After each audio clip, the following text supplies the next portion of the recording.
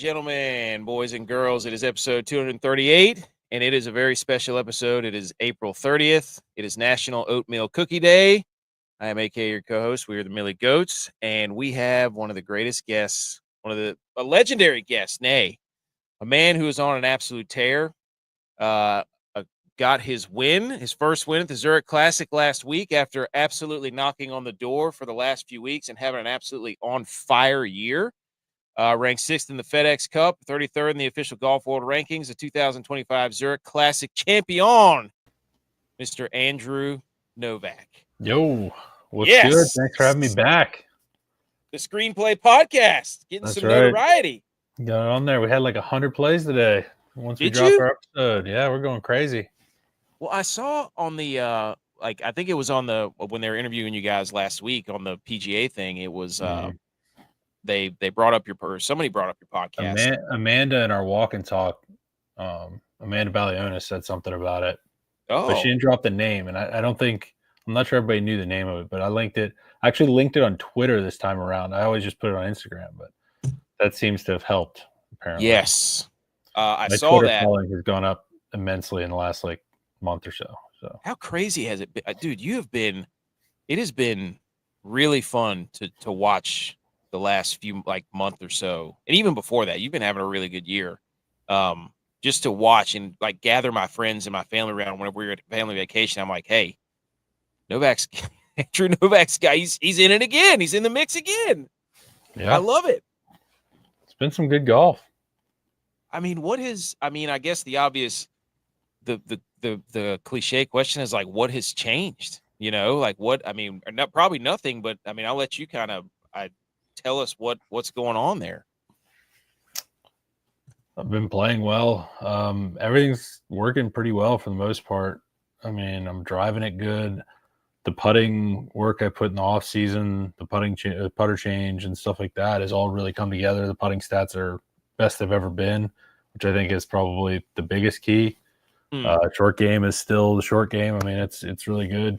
I would say my iron game has been strong. I would say it's not as good as it maybe can be, but everything else is definitely picking it up right now. So. Now, do you look at some of these stats? I was looking at, I love to look at the stats about the strokes gained to around the green and all that stuff. And you're 11th and around the green. So it's okay, around the green, you've been cooking. And then your approach shots and stuff from 125 to 175 or whatever it is have been really, yeah.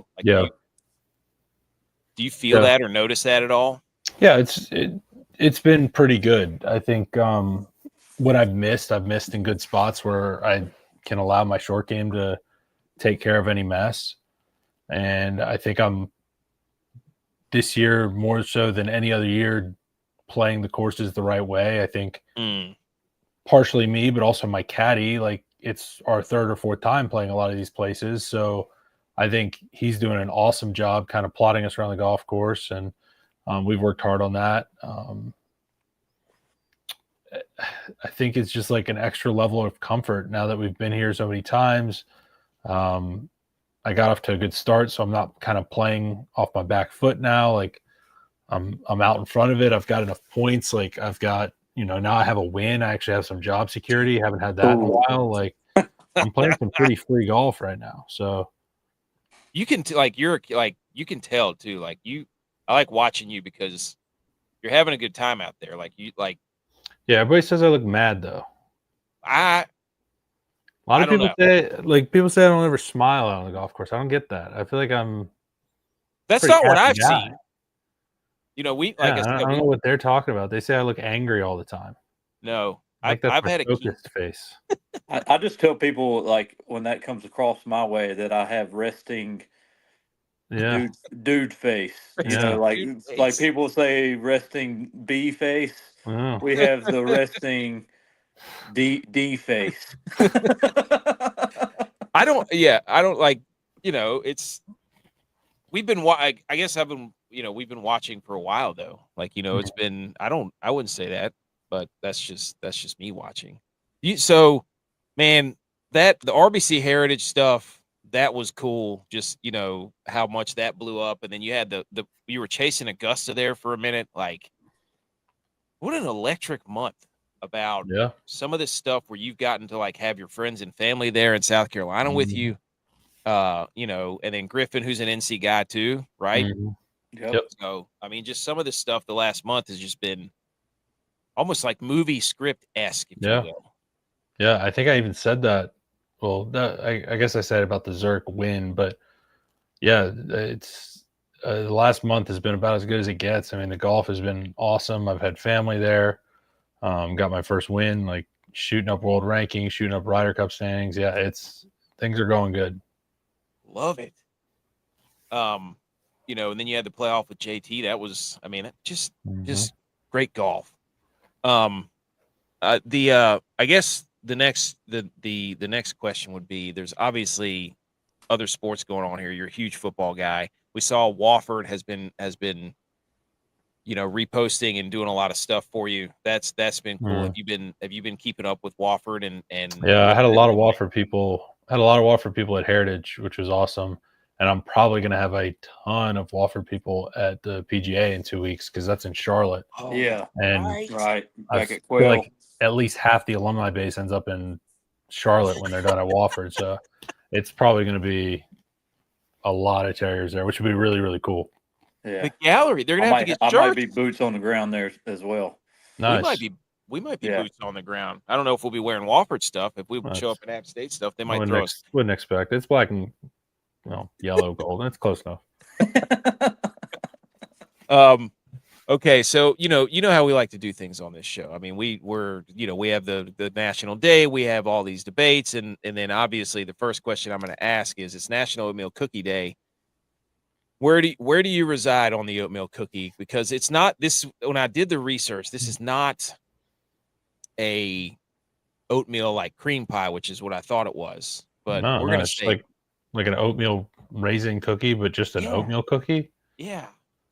I mean, it's a cookie. If there's nothing else, like, I'll eat it. But if there's literally anything else left on the plate besides that, I'm probably eating that first before the oatmeal cookie.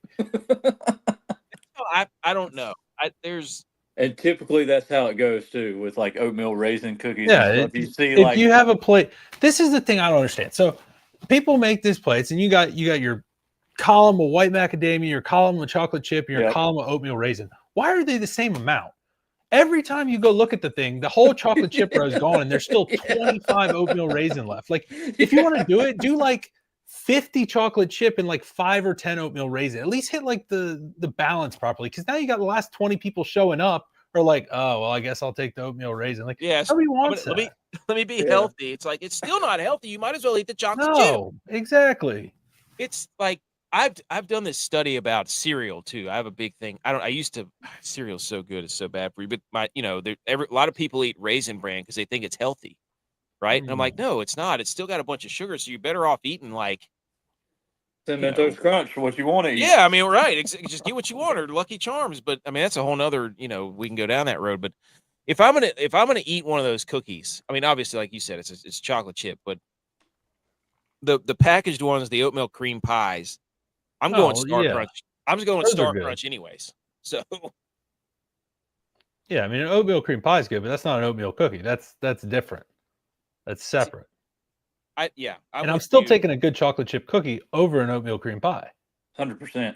Do you remember the ones where they did the chocolate chip cookies with the cream? It was like a chocolate chip cookie cream pie. Now those were elite. I remember those from baseball camp. So that. Well, I never had that. Now my wife's from Pennsylvania, and they do whoopie pies up there, and it's kind of similar, and those are fire. Whoopie pie. Yes. I think that's like an Amish thing, maybe. There you go. Here's one. Chipwich. You ever had a Chipwich? I do not know what that is. Was that chocolate chip Two sandwich? soft baked chocolate chip cookies. I mean, it sounds great, but no, I haven't had it. Vanilla ice cream in the middle. So, okay. With the ice cream in the middle. Yeah.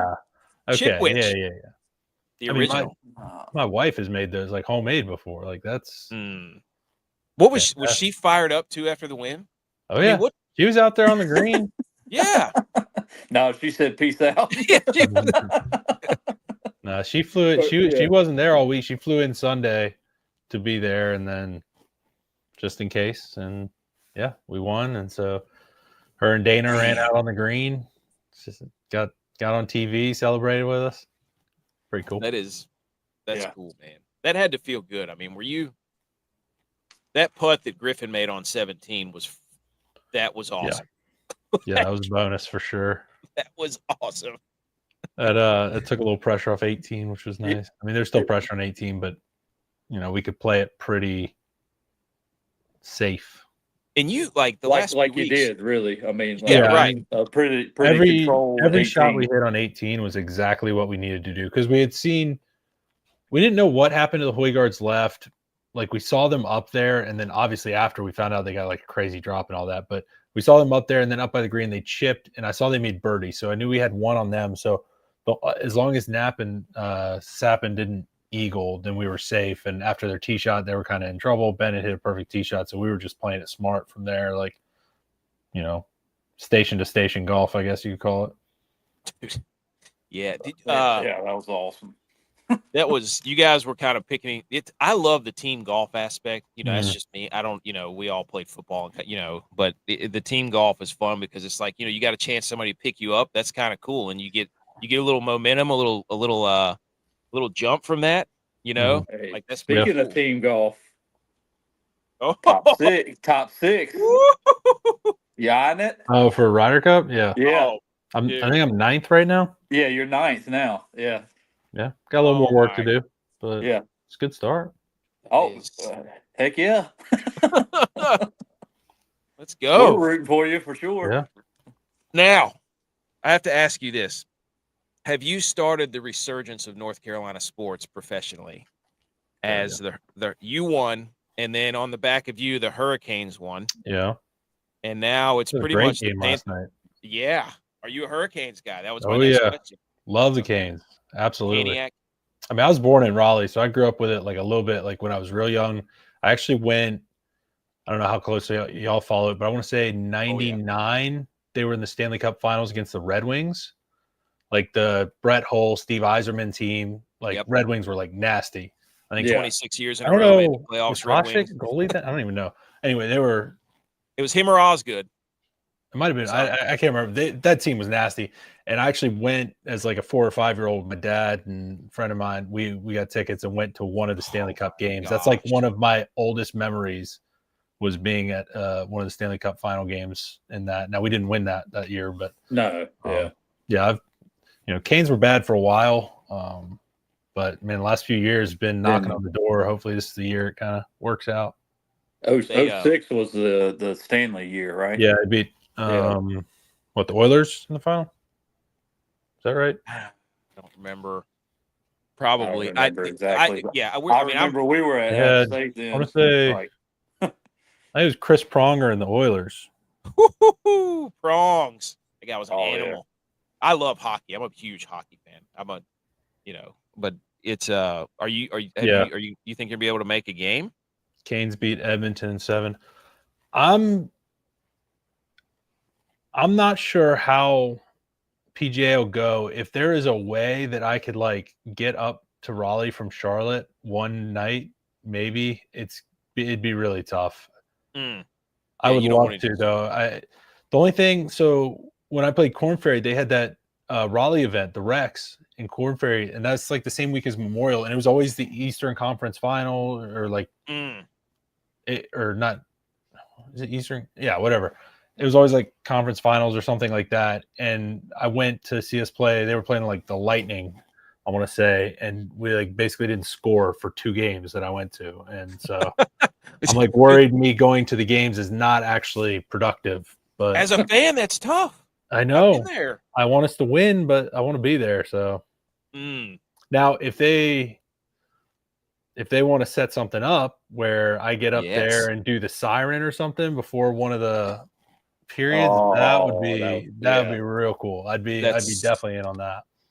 That's my next question. Well, it looks like they're going to play the Caps, because I think the Caps should. Yeah, I think I saw they were winning Montreal, which is a shame because Montreal is an absolutely electric barn, and everybody should see a hockey game there.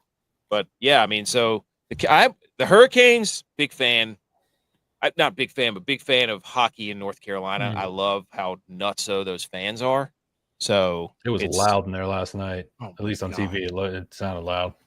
They're nuts. They're absolutely nuts. So, okay, so we got the Hurricanes. Now, the next thing we have to get to before the 100, there's obviously a hot debate going around the internet right now. 100 dudes versus a gorilla. Where do you stand on that? Because did you discuss it on your podcast?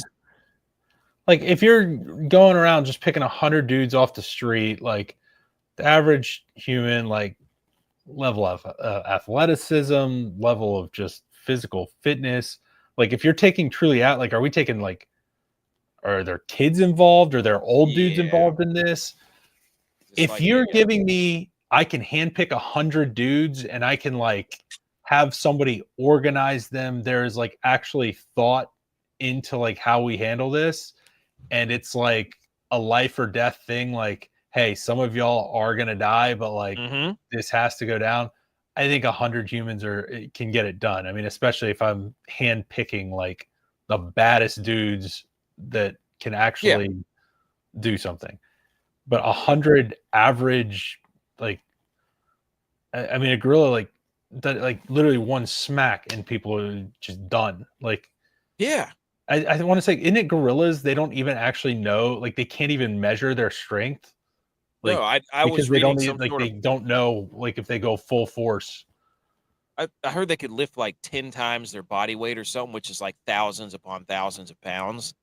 And I just feel like if you're like, that's like ant stuff, by the way. That's like ants lifting like 300 times their body weight or whatever that number is. But if you're just saying like the first 10 guys are just going to run up to this gorilla and it's like, it would be over. And then the rest of the people are just supposed to be like, okay, who's the next 10? Like, there's absolutely no chance in my book.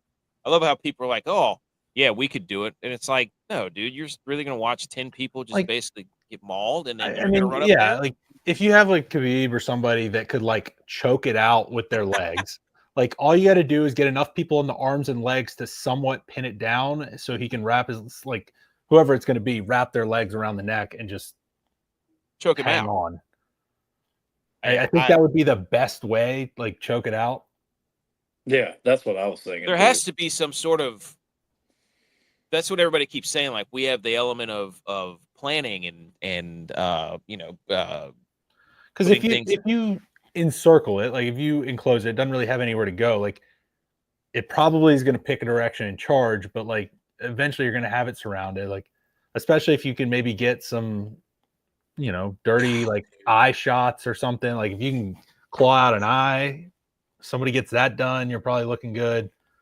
You got to remember, like, I mean, I don't know, maybe they don't tire, but like to take out 100 people, like think about like just sitting there throwing punches. Like even if like humans are going down in like one punch and stuff, that's still a lot of hits. Like they might get tired at some point, like slow down a little bit. Yeah, I mean, endurance is definitely a factor. I just don't know what kind of endurance a gorilla has. Can you imagine like standing there and all of a sudden he just turns around and spinning back fist and knocks out like 6 people and you're just standing there like, oh my gosh, there's no way. There's no way. And then you got to think about this whole thing and hoping I'm not one of the 100 picked for this. What am I getting for this? Is it just like for fun? Do I get $1 million? Like, do I get like do I get like, can I go, you know, to the Super Bowl for free or something? Or what are we doing here? So better be more than that. But the gorilla, I'm on the grid. And then there's a new one, by the way. This is the next one so we're just gonna get ahead of this before everybody else. So this, you know, I don't know if you bring it up on the show, but there's a new one now, and it says, if for $100 million, which animal could you survive against for 20 minutes? Clearly, clearly 100 people couldn't beat a gorilla. So I would. If you can choose the arena, like, I don't know if gorillas like swim well. So like if you could just try and tread water for 20 minutes. But that's a good point. The other 3 can swim. I'm like most confident, like hippo, no chance. No chance. At all. No chance. None. Like, nope. Dude, those things, they can run way faster than people think. and they can swim way fast. Like you're not getting away from that. That's almost like their natural habitat is in water. Yeah, well, right? yes, but like they move like I don't know. If you're enclosed in a space, like you're just getting stomped out. Bear, no chance. Tiger, definitely no chance. Like gorilla, really, like there's no chance. There's not. 20 minutes. I would take. So you get a gorilla, a tiger, a bear, or a hippo. I would take the tiger. I'm taking the tiger as well. Try to do some Jungle Book, stare it in the eye. You know what I would do? I would just be like, hey, Tiger, you have to play in the college football playoffs, and you're terrible in the playoffs. So that's what I would just flaunt like a college football bracket in front of his face, and he'd be like, oh gosh, I can't survive this. Or you could just do the NFL route and go Bears. That's true. But no, the hippo, the amount of people that say easy, it's a hippo, those people don't know ball. They don't know ball. If you ever read about hippos, like in Colombia, like they are wreaking havoc on mankind down there. Unbelievable. So, but anyways, that was the next one. So everybody get ready because that's going to be the next whatever.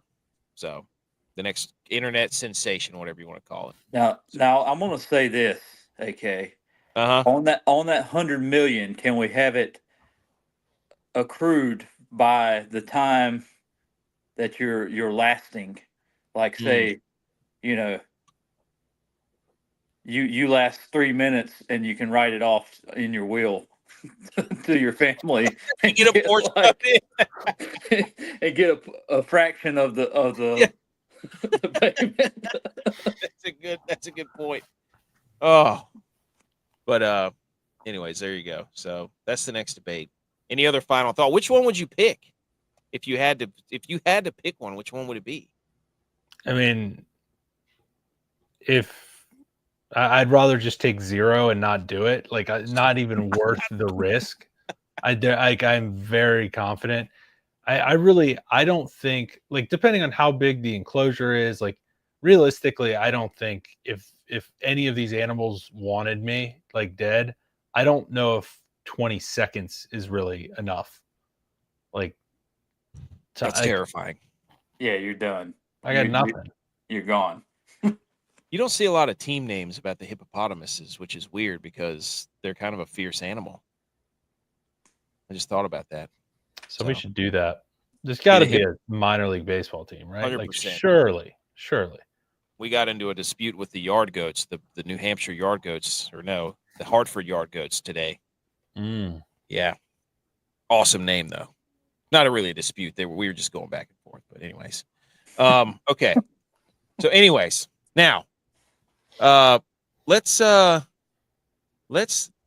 I really want to ask about is when you get a win like you did on tour, like that's I see that in your name there. I just noticed that PGA Tour winner. That's awesome.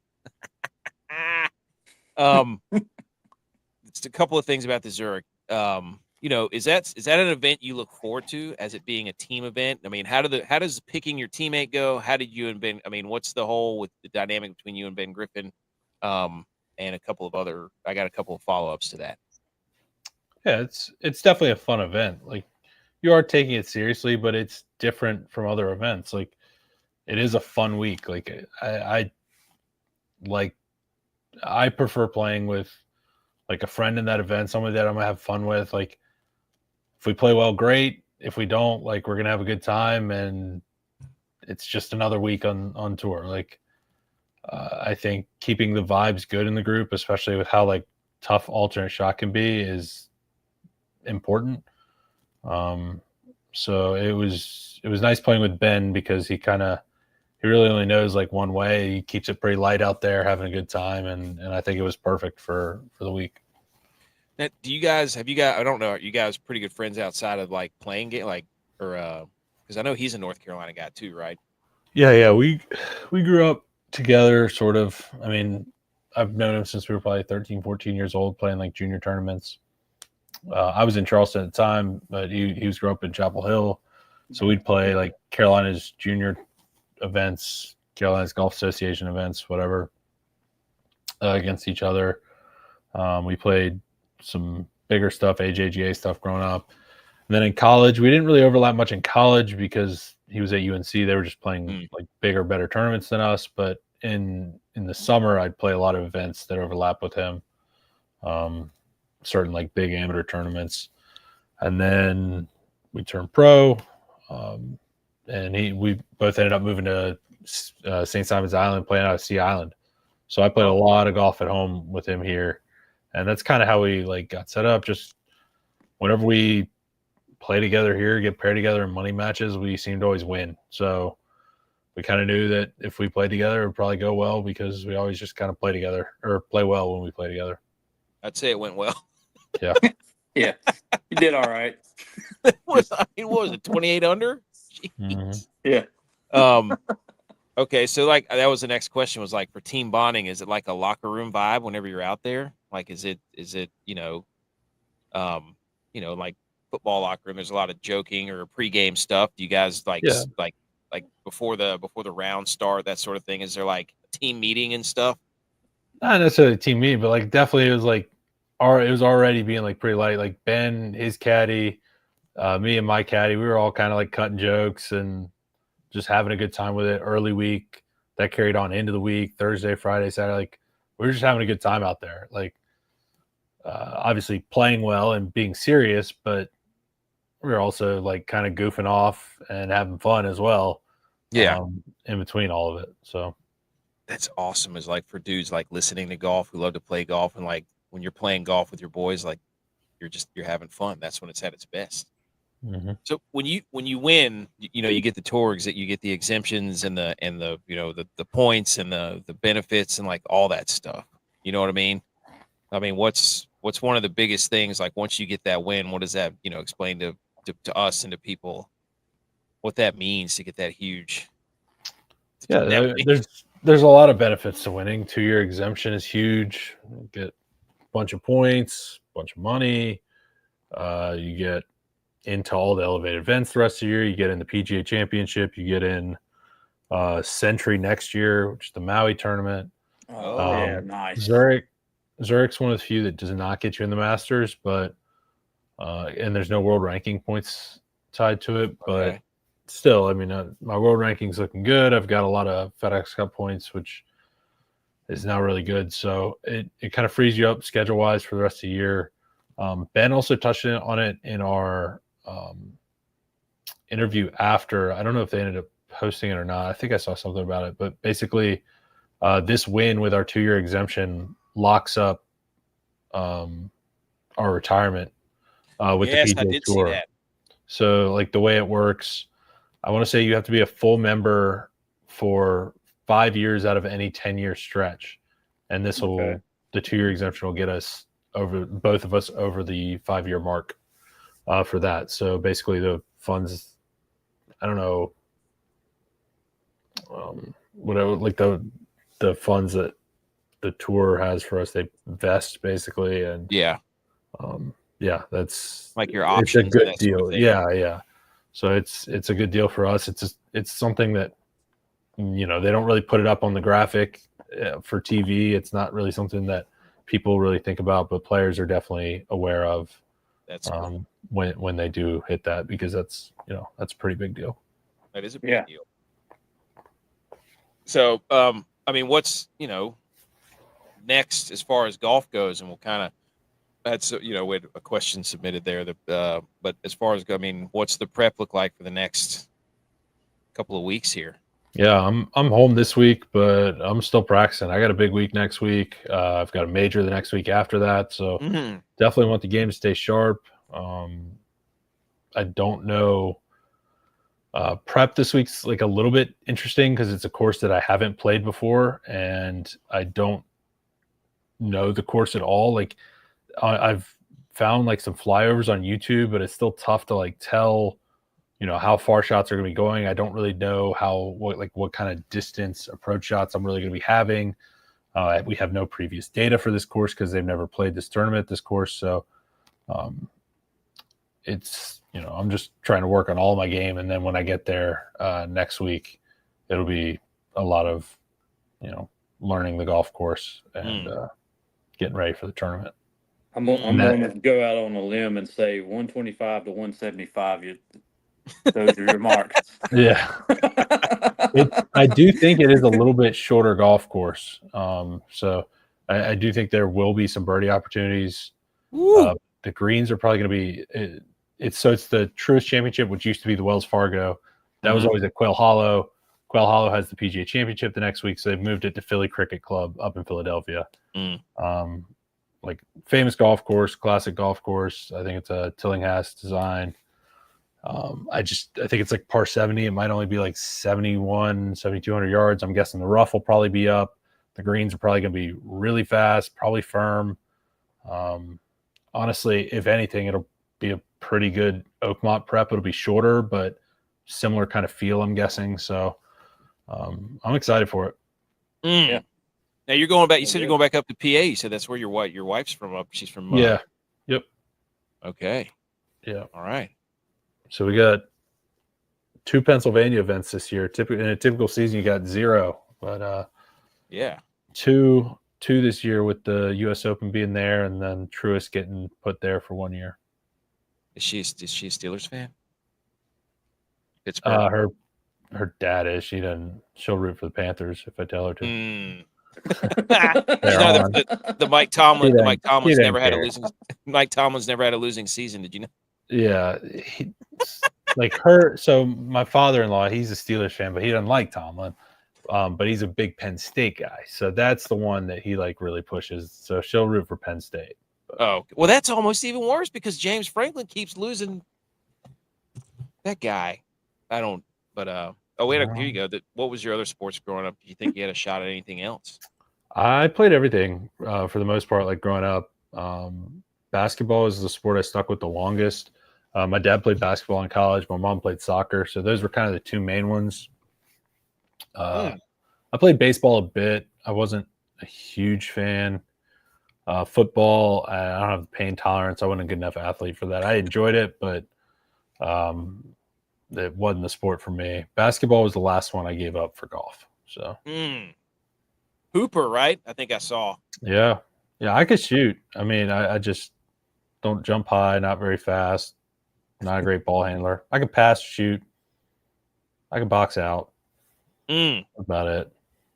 The Jackie Moon type deal. Dump it down low, dump it back out, dump it back low, dump it down. Another question. Somebody, do you have somebody you'd like to play with in the pro? Like if you do pro-ams? Is there somebody that like you've ever tournaments? Yeah. Yeah. I mean, I get in a lot of the pro-ams now, which is cool. That's awesome. I don't really care if they're good golfers, bad golfers. I've had a great time in pro-ams with terrible golfers, and I've had some like pretty rough times with some good golfers. Like it's just about how people treat it. Like my job is to be there to make sure people are having fun. And if like people are taking it too serious or getting like really frustrated because they're not playing as well as they want, like it's a PGA Tour golf course. Like it's set up. I mean, it's easy pins for a pro-am, but like there's long rough. It is playing long. It's probably kind of firm. Like it's going to be tough. And so as long as people aren't getting too like upset about how they're playing, like we're probably gonna have a good time out there. We're gonna have to get you set with our guy, the punter. That's he we'll for the Panthers, Sam. He likes they to play just signed him. Yeah, that's our guy. That's he's one of our good friends. Sam Martin? What? Yeah, Sam Martin. Okay. App State guy. I didn't know that. Yeah. Oh yeah. He's plays golf. He's at a good spot to get a bunch of work, probably. Yeah. Well, I don't know. I'm gonna flash up the Bears trade here in a minute, and then we're gonna discuss who won the trade in depth. I had another question here. You're a big Neil Warnock. Do you think the U.S. Men's national team of behind Pochettino? Did I say that right? Yeah. I thought it would work out better. It has been an incredibly slow start, a little bit disappointing with what I've seen so far. It's interesting how quickly fans turn against Greg, and now when they hire somebody that the fans wanted, now they're like turning on the players a little bit because they're playing like crap. I think it'll be fine. I think it'll work itself out, but it is a little concerning how poorly they have played. I would love to see extra reps for the team just to hopefully get some good momentum going into this World Cup. What's the deal with soccer? Because I want soccer to be good. As a guy who watches like casual U.S. men's national team at times, but also World Cup when it comes around, I'm like paint my face, wear the flag, like get injected into my veins. What are we doing? How can we not be good at soccer? How do we get the boys? We have too many other sports that just take precedent. Like if our best athletes went into soccer, we would be better. I still don't know if we'd be like, people are like convinced like if all of our best athletes went into soccer, we'd be the best like soccer country. I still think that there are developmental like structural issues with how the US develops their players. Like really if you have like your best players in the US, like it's still better to send them over to Europe to learn over there. So like I don't like the US invests a bit more into like better athletes. I think if you want to make better players, you need to learn like technical skills a little bit earlier and have that be a little bit more like of a focal point. Yeah. But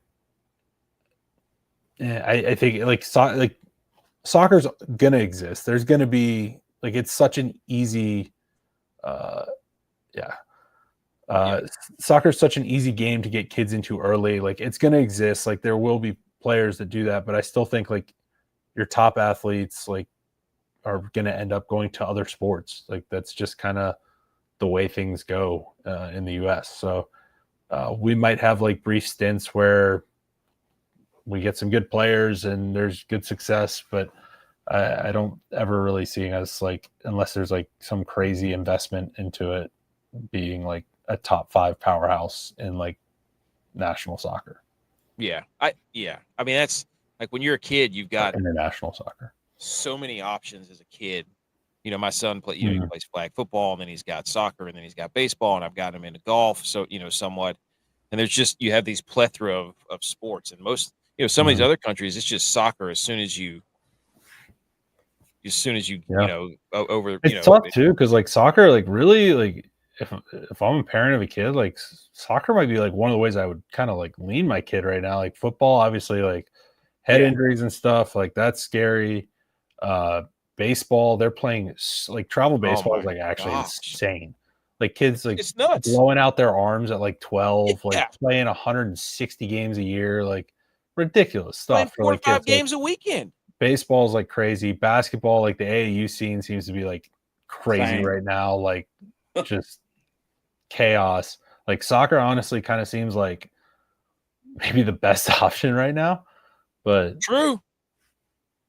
I mean, I know there's chaos within soccer as well. Like my wife's, both of her brothers played like D1 soccer, and their parents were traveling for club soccer events and stuff all the time too. But I don't know if it puts as much like wear and tear on your body. I mean, like hamstrings, legs and stuff, like knees, but I don't know.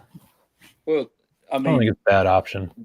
You don't see a lot of overweight soccer players though, like you stay pretty healthy in soccer, in my opinion. Something about running like 8 miles. Like it kind of keeps it off of you. Yeah, might have been why I stopped. I don't know. It's like I'm a burst guy. I'm like give me 10 seconds, all I got, and then boom. Like maybe we'll see that surge into soccer, and maybe like even tennis.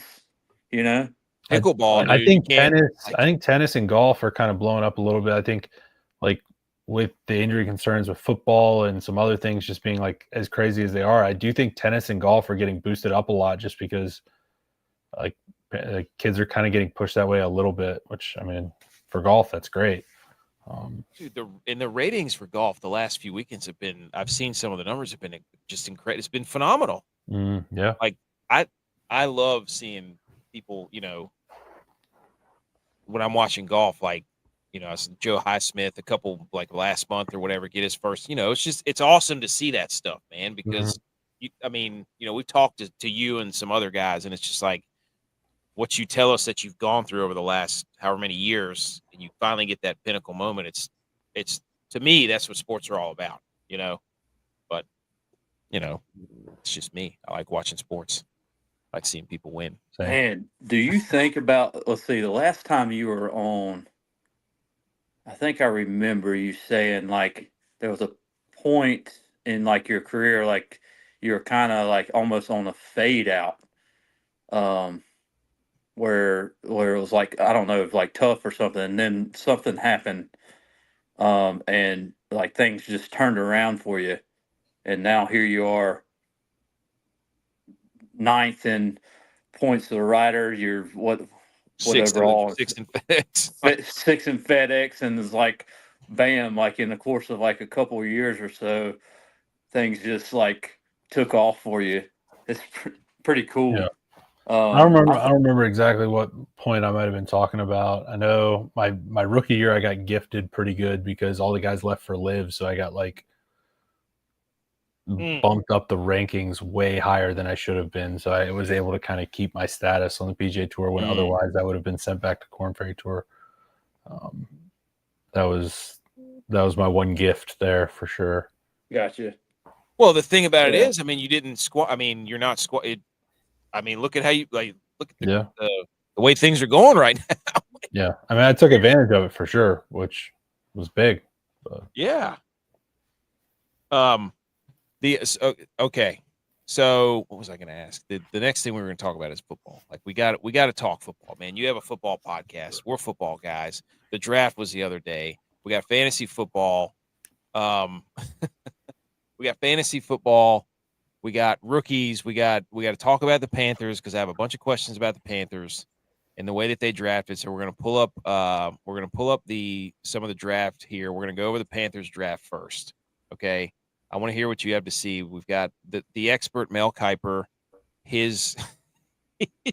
First of all, do you have any takeaways from the draft before I pull this up? You know, like what were your top things? Obviously, the headlines were going nuts with Shedeur Sanders and the prank calls and the you know, all this nonsense going on. Mel Kiper losing his mind. I mean, what was your takeaway? I think Mel was honestly like one of the biggest stories, which is sad because the draft's not supposed to be about him. It's supposed to be about all the guys getting drafted. But I think it was one of the biggest stories. Like, I mean, the dude's probably like, I would assume like that's the last draft he covers.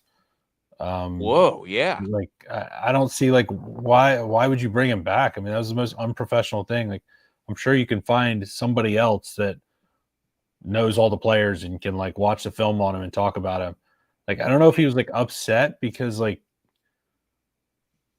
can you imagine like a weatherman getting like upset because the weather wasn't doing what he thought it was going to do and was just like losing his mind? Like, oh, that rain cloud shouldn't be going that way, and like can't get over it and literally can't get through a broadcast because they keep freaking out about one rain cloud going the wrong way. Like, nobody cares that you got it wrong. You're not expected. Your mock draft, your big board is not expected to be right.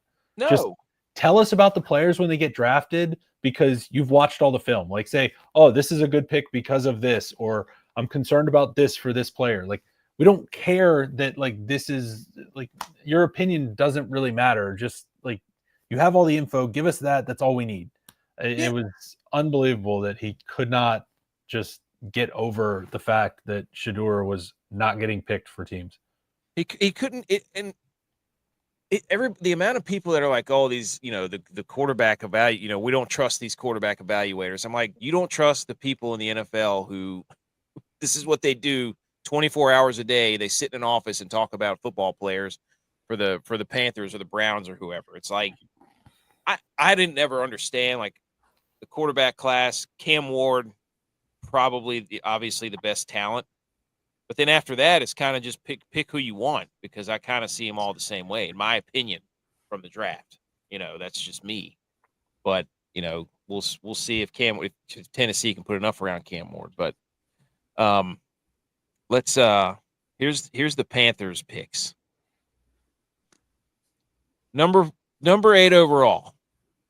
Okay, the Panthers defense last year was not good. As a Panthers fan, historically. Terrible. Yes, awful. Like gave up most points ever or something.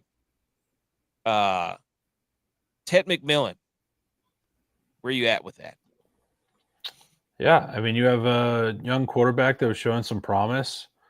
I was convinced they were going Jalen Walker there. I thought that. Yeah. I thought because the Panthers do this thing where they just love a local kid, and Jalen Walker is from like Salisbury or something like that. He like grew up like maybe born in South Carolina, grew up in like North Carolina or something, like local kid. So I thought for sure that's where he was ending up. That's just across the river for me. Yeah, and 20 minutes. I was fine with the pick. Like I think wide receiver was like not bad.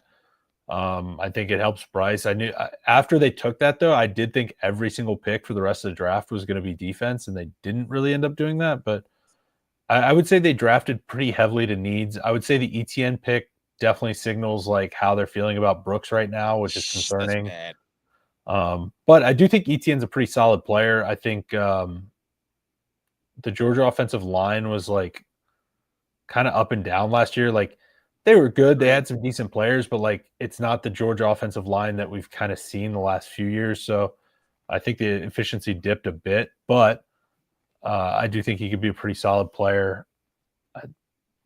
Jimmy Horn, fine. I think there are probably a few other wide receivers I would have rather had there, especially if he's going to be like, I don't know if that's like what you're looking for maybe punt return, kick return kind of player. Yeah. I would like to see that be Ricky White. I think he ended up going in the 7th round out of UNLV, like super dynamic player. But I mean, the rest was fine. Like I think both of those edges were picked probably at value. Like I saw some people putting Scorton in like late 1st round. Yeah.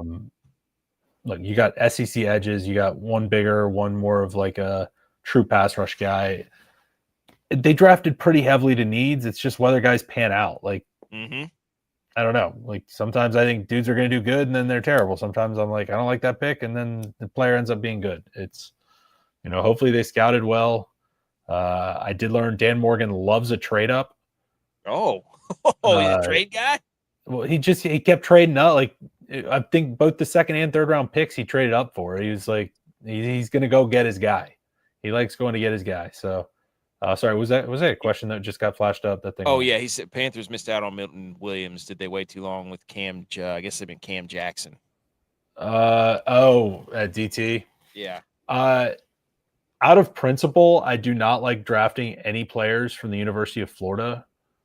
There is just like an abundance of evidence that players from the University of Florida bust at a like way significantly higher rate than other universities. Now that is more specifically to like 1st round and higher picks. So this might work out. What was that? Kyle Pitts. Yeah.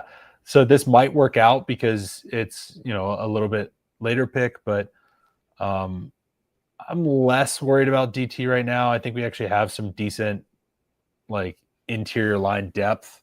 We got the dude from Auburn. What's his name? Brown. Derek Brown. Like, and he'll be back healthy, which is going to help a lot. When he got hurt last year, the interior got exposed pretty badly. But somebody said you're the odds-on favorite to replace Mel Kiper as the draft analyst. Yes, I'll do it. That's fine. I'm busy Thursday to Sunday. True, which is tough. If we can move the draft Monday to Wednesday, I'm down. He said Kadarius Toney took that personally from Florida. Yeah, great. Another University of Florida stud.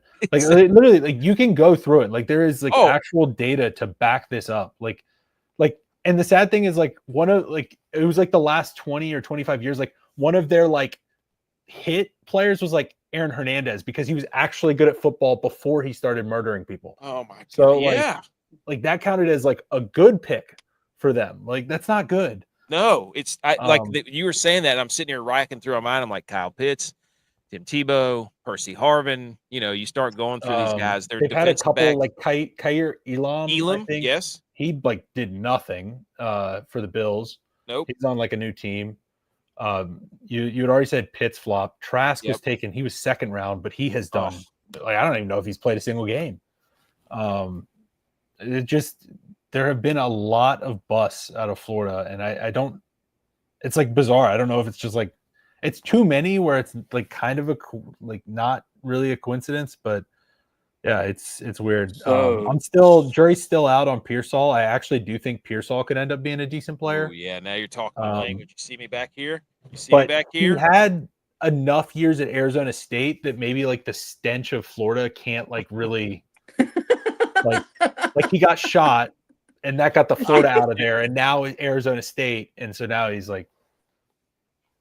I'm a 49ers fan, so can I just what a terrible. I mean, we had a guy get shot. It was bad. Oh, bad year. San Fran was probably the unluckiest team in the NFL last year. I'd have to like put it up there. Detroit had it pretty bad too, but like they had like good luck with in the games, but their defense was like decimated by injuries. But yeah, San Fran was like, they do have an older roster, so like you can kind of write it off there. But I am rooting for Pearsall a little bit though, because I really did like him at Arizona State. He's like one of the like not many Gators I'm rooting for, but I'll root for that guy to like be decent. So do you think could it be Gatorade that's affected the Gators? Hot take. Ain't originated. Is it Urban Meyer? Did he curse him? He could have. He still cursed the Maybe. Jags. They can't figure it out. Yeah, but Ohio State's got it figured out since then. So that's true.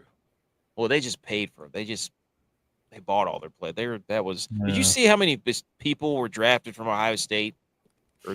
It was something stupid. I can't remember. Oh, like in this class or something? Yeah. It was ridiculous. Probably a lot. They were a really good football team. Yeah, it's pretty typical though after a national championship win. Yeah. So let's go to the rest of the NFC South is what I want to do for There were some interesting drafts in the NFC South. Like I would say, like I've seen some people say they like the Panthers draft, some people say they hate it. I feel like for a lot of the teams in the NFC South, like people are like super split. Like I've seen people say the Buccaneers did horrible. And then I've seen people like, oh, I see what they're doing. Like, so I don't get the Emeka Egbuka. I mean, he's a good player. I don't know why. It's just not a position of need. Like, that's the thing. It's like some people are like, oh, I love the player. So then they like the draft. But then I'm like, I think it's fine. They went wide receiver. If they really like the player, I think it's fine. Like, you have Mike Evans, who's like 32, and you have Chris Godwin, who is 5 games out of. You're pretty happy. Like, yeah. He's the kind of guy that like nobody's gonna draft because they're like, oh, he's like buried on the depth chart, and by like week 5, he's like a top 20 wide receiver play in fantasy. Yeah, 100%. Because like somebody got hurt, Mike What? Evans is hurt, Chris Godwin's hurt or something, and all Baker of a sudden throws he's like there 50 getting times. All of a sudden Egbuka's out there getting like 9 targets from Baker and like a good offense. Who was the evaluation on him too was like he's a extremely intelligent wide receiver with his route running and proficiency as a wide receiver. I don't see a whole lot of like difference between him and like JSN as players. Yeah, like I feel like somewhat similar. Like they're like, especially if he ends up working slot stuff for the Buccaneers, like in that offense, it'll probably go well for him. That tells me who was the guy that they drafted last year from Washington. That tells me on McMillan. Yeah, that's. Yep. See you later. I thought he had his moments last year, but that one's kind of interesting. Yeah. So I thought Atlanta really knocked it out of the park because they took your Walker, and then they traded back in to get James Pierce and out of Tennessee, and Pierce is going to be a nightmare off the edge. This was a very aggressive move because there is like in my mind, there's like a very real chance the Falcons just go like 5-12 this year. And so, like, they may have just sent, I think it was the Rams, I think. They may have just sent them, like, a top 10, 12 pick. But I hate the Rams. I don't know. The Jalen Walker pick, I think, was probably one of the best picks of the first round. I'm not that high on Pierce. Like, I feel like he's a guy that's very good, but, like, almost only going to play, like, I don't know. I feel like he's a bit more of, like, a third down specialist, which is a bit interesting. But I love the Watts pick. I don't know. There's only 5 picks. There's only so much you can do. What's that? Their defense was so bad. They can't get to the quarterback. They're the worst team at getting to the quarterback. Yeah. Period. They're awful at getting to the quarterback. They grabbed 2 of the guys that are probably best at that. So, and they had Matthew Judon. So I don't know. And then who was the other one? The Saints. They took a left tackle. They got Tyler Shook in second, which was interesting. Yeah, there you go. Yeah, there you go. Sanker, I like. The Neal kid Sanker's a from good Kansas is player, pretty good. Yeah, So, Devin Neal. He a lot of carries in college, so he's taking some hits, but good running back though. do we believe in Shuck though? I mean, I mean him, Spencer Rattler. Like if Carr's out, like neither of those guys. Like I don't know, maybe Taysom Hill might just be like tight end 1 this year if you can play him in tight end. Like if he's just like getting multiple snaps at quarterback because they don't have really a legit quarterback anyway, could be insane. Yep. I just don't think this is going to be a very good football team this year. They're in cap hell again. Yeah, for like the 10th consecutive year. So yes.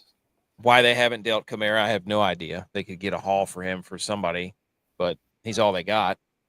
So where do you think, after looking at all these draft picks, do you think in the NFC South, where the Panthers, where realistically as a Panthers guy, where do you think they're at?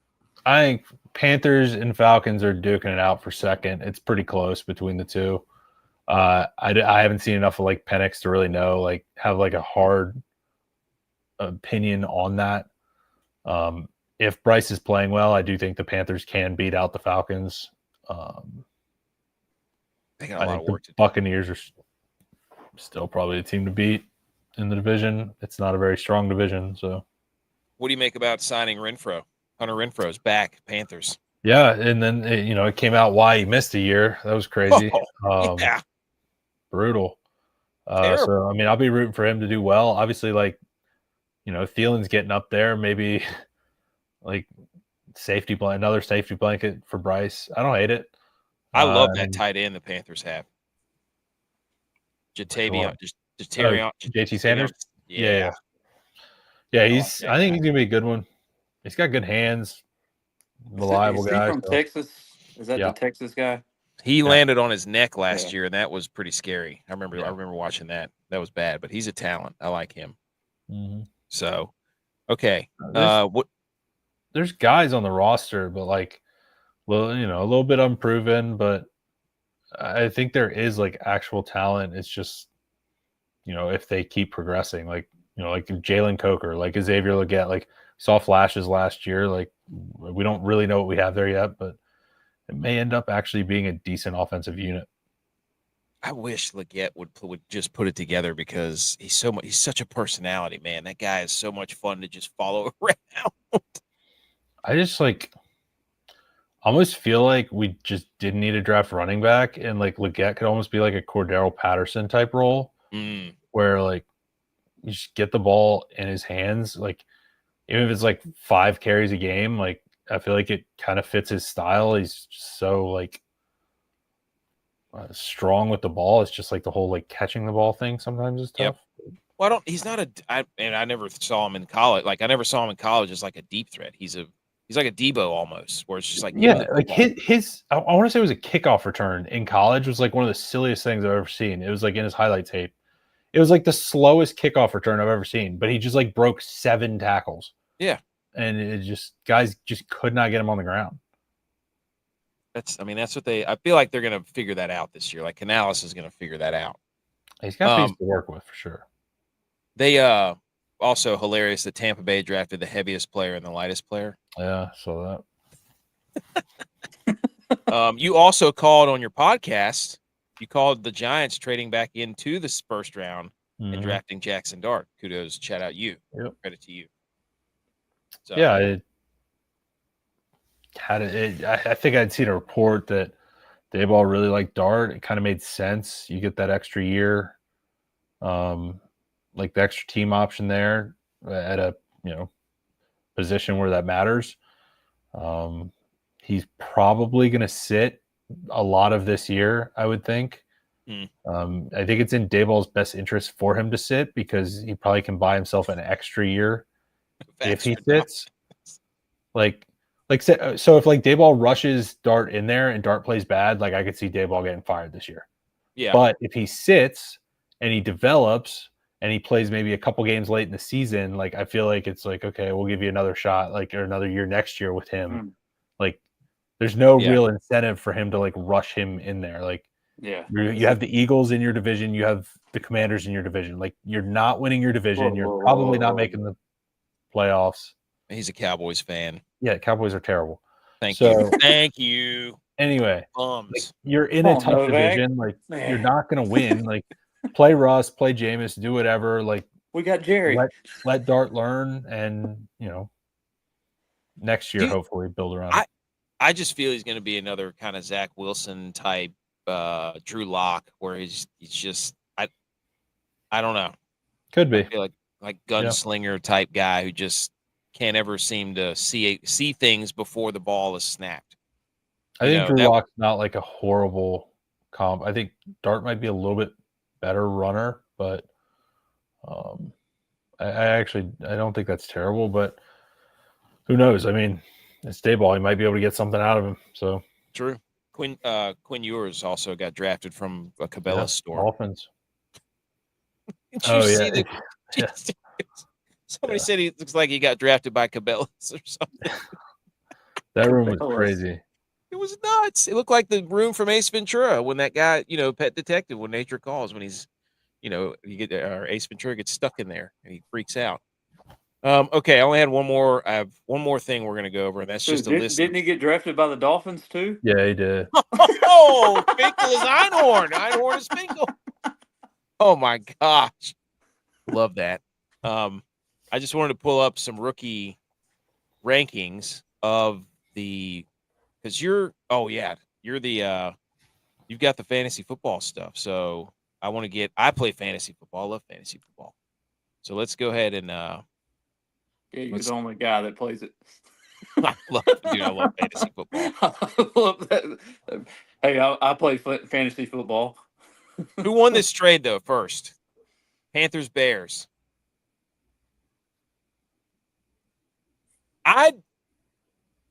If I'm looking at this as a Panthers fan, I'm not mad. I'm mad that you lost DJ Moore. But all the other guys, I'm not sold on Caleb Williams. I'm sorry. I haven't been. Okay, but I mean, but Tyreek Stevenson's been fantastic. He had his whole like Hail Mary thing last year, which was like a debacle, but he's been a good player. Like two other first rounders, Darnell Wright, Caleb Williams, like Luther Burden's probably going to be great in that Ben Johnson offense. Like this is not great. Hated to see that. Hated to see Luther Burden go to the Bears. How many weapons does Caleb Williams need? Thought he was generational. You know what I mean? So, but also I just put that in there because Adam Schefter was wearing a hoodie under his blazer. I don't know if you saw that. If you're looking for, he's in Green Bay. It's like -4 degrees. Like I'll give him a break. He knew what he was doing. Can't wear a hoodie under there. Here's the rankings of the rookies. You compiled anything? You've got obviously Ashton Jeanty. Do you think he's going to be the number one rookie on everybody's board? Or is it going to be Travis Hunter? For people drafting for fantasy purposes, I think Jeanty is like far and away just instant smash at 101. Like he's pretty much going to be that offense. He can handle a big workload. He's going to get the volume. He can catch the ball. He's what you're looking for. And maybe it doesn't work out, but you definitely just take the talent there. Jeanty he was so much fun to watch in college. What about Travis Hunter? Where do you sit with Travis Hunter? I'd be scared with Travis at 2, just because I'm not like 100% convinced. Like if he's playing corner, like how much volume is he going to get at wide receiver? It's like it is risky to take it 2. I like Hampton a lot. Oh my gosh. But they did just grab Najee, but I'm still like not even that concerned about it. Like in that offense, Hampton should feast. Did you see this picture of him beside Harbaugh? Yeah, he's huge. He looks like a transformer. Yeah. Go watch. I want to say, I'm not going to look it up. I think it's his tape against FSU last year. Like, I think it was the FSU game. He just went for like 300 something yards. Like stupid stuff. Go back to his picture, AK. This is another reason why we're going to soccer. That's two. Can you imagine, like, and hey, tennis, 22 ISO, step up in there, 55, Mike Backer, and here comes Omarion Hampton looking like the Incredible Hulk. It's guys like this in football that our kids need to pick a different sport. Unbelievable, dude. The size, is So it's his FSU stats. Now this is FSU. They were awful last year. But he had 172 yards and 4 touchdowns on the ground, 93 yards receiving and a touchdown. That's 5 total touchdowns and like 300 yards. Dude, that's stupid. That's one of our fantasy day. That's the Alvin Kamara Christmas miracle 2 years ago, fantasy football production, when he scored 4 touchdowns and wrecked everybody in their fantasy semifinals. You remember that one? Yeah. But anyways, he was wearing like the Christmas present shoes or something too. That do you remember that? Yeah, it might have been. I think it was more than 4 touchdowns. That was stupid. Stupid. Here's a guy that I really like too. Right Caleb here, Johnson? Yeah. Caleb Johnson. I think he'll get a lot of work. Everybody's like, oh, Jalen Warren. It's like, no. Mike Tomlin never had a losing season, by the way. Mike Tomlin loves workhorse back. And he is a. What'd you think about Tyler Warren going to the Colts? Interesting. I like the player. I think he'll get a lot of work. I think they'll be losing enough games where like dump offs are in play and stuff. He just has like probably the worst quarterback room in the NFL. So awful. It's like just tough. Like, I mean, like Anthony Richardson like legitimately goes through full NFL football games and completes like 10 passes. Like, even if you're getting like half of the target share, which is insane for a tight end, like that's still brutal if there's only going to be 5 completed passes to you. Like, hey, where Richardson play at? Yeah, there you go. Yeah, Florida. Yeah. Okay, little wild card down here. If you're a Tyrone Tracy fan, such as I, yeah, tough. Real shame. I do think it allows Tracy to slot a little bit more into probably his preferred like usage. Like I think he's better as like a change of pace, more third down. Like I think Tracy will benefit from having more like 12 to 15 touches a game than like getting 20 carries. Yeah. Like he was fine with that last year, but I feel like you're just asking for him to get hurt. Like I think more like get him used in the passing game. Like Scatterboo can handle plenty of carries. He's more your like early down guy. Yep. I think that's kind of what the Giants are going for there. Kind of a little tough for fantasy just because it'll be like more of a like split backfield. But I think as far as actual football, I think the guys slot more properly into their roles. Yep. Another one, the Dylan Sampson Cleveland, Quinshon Judkins Cleveland running back room is I don't know what the Browns were doing drafting 2 running backs, 2 quarterbacks at the same time. But Dylan Sampson was a freak show at Tennessee. And so was Quinshon Judkins was good at Ohio State. So I don't know. This seems like a wash. Everybody's really excited about Travion Henderson too. Mm-hmm. But I mean, Ramondre Stevenson's there, so Sampson has a nose for the end zone. I think he set the record, right? The SEC record for most touchdowns in a season. I think Henderson will probably take over in New England. Not Sampson. Ramondre Stevenson had fumbling issues last year to the point where you know how bad your fumbling issues have to be where you're getting replaced by Antonio Gibson, who has also had many fumbling issues. Like traded from because he couldn't hold on to the ball. I had so much stock in Antonio Gibson. It was incredible. Definitely concerning. So I do think Travion, super dynamic player. I think he ends up being very much a factor in New England. Okay. Sooner rather than later, probably. Okay. Yeah. Maybe day one. Like he'll definitely have a role like starting day one. I think it just expands as the year goes. Okay. Yeah. There's nothing more I love. He's one fumble away from taking that job over. Yeah. It's like seriously. Yeah. there's nothing more I love than just keying in on like one or two rookie running backs and drafting them everywhere in every league. And then just being the all-in. I'm the all-in Omarion Hampton guy, and I will come up with a team name that's, like, something Super Omarion Brothers or something stupid, and that's what I'll name all my teams. And then I'll ride on the back of him. And if he sucks, then it's just going to be a terrible year for me. But that's my strategy. Terrible. It'll be like the life at the Hamptons. Anyways, that's anything else on these rookie rankings here? I think that's we're thank you. You're looking for running backs to grab. You can go grab Bashaw Tootin for Jacksonville. Woo! Speedster. Yep. Could be a fun one to stash. Could be frustrating because he also could be a guy who like randomly gets like 5 touches in a week, but turns it into like 15 points because he hits a long one on your bench most likely. But fun player, really good player for Virginia Tech this past year. I was super impressed when I watched him. Let me see if I could pick a wide receiver. I think Kyle Williams will get a ton of burn from New England. He's going to be a little bit feast or famine because I'm guessing he's probably going to be more like the deep route guy. But Drake May's got a cannon. He's going to be kind of like the field stretcher for Stephon Diggs to work underneath. But I think, that wide receiver core, like there's definitely potential for him to just be running a lot of routes early on. So. Ooh. And New England drafted the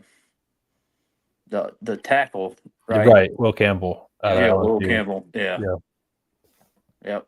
Give Drake May some protection there. No, Drake May's. I mean, the first 3 picks of the draft, they went left tackle, playmaking running back, and a speedster at wide receiver. I mean, you can't really ask for anything else as a quarterback. Like that's about as good as it gets. And they totally revamped their front 7 on both sides of the ball. Like they went. Mike Vrabel just basically gutted everything and said, "We're going to build this thing from the inside out." One of my favorite picks of the draft is Harold Fannin out of Bowling Green.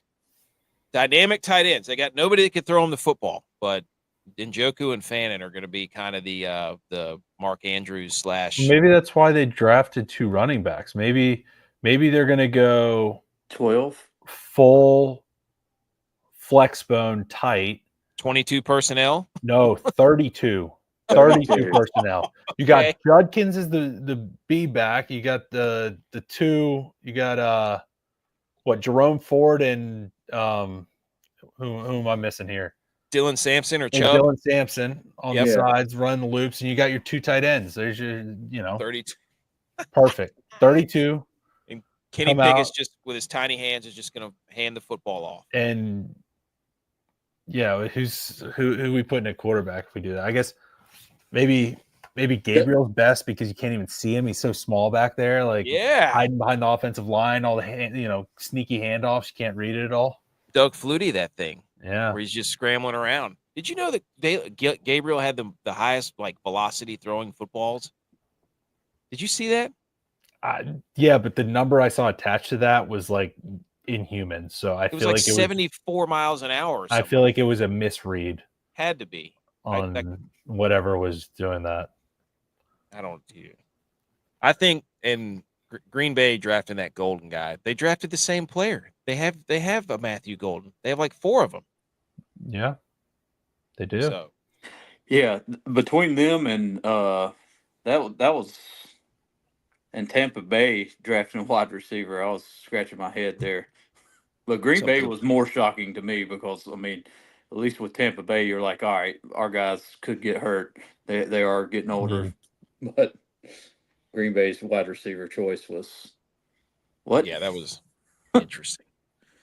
Well, man, we appreciate you really coming on and talking football and golf and fantasy football, giving people some things to think about. The Bayshell Tootin'. I love that. We appreciate that. And man, we're rooting for you. You know that. We'll have your back. It's if we might be boots on the ground in Charlotte, and if we are, we'll be tagging along, my friend. Perfect. So definitely. Shout out the podcast too, the ScreenPlay Podcast. ScreenPlay. Yeah. Let's go. Unfortunately, we're going to be on a break here for a while because nothing's going to be going on NFL news-wise for the most part. But we did just drop our last NFL draft recap video. I guess I did a bit of that here, but that was a lot of fun to do. So if y'all want to go check it out, I will definitely check it out. There's nothing like talking football. It's the best, truly. So everybody, you know who you're rooting for going forward at all the majors. And moving forward, bring your signs with the NOs. Yes, bring your hashtag. Lowercase birdies, uppercase circles eagles. Only. That's right. We're gonna bring that back. Man, thank you for coming on. Yeah, of course. Thanks for having me. And we'll get you back on to talk more Panthers as we get close. Perfect. All right, everybody. Behind my head. And we will see you next time. Go Niners. Go Panthers. Keep pounding.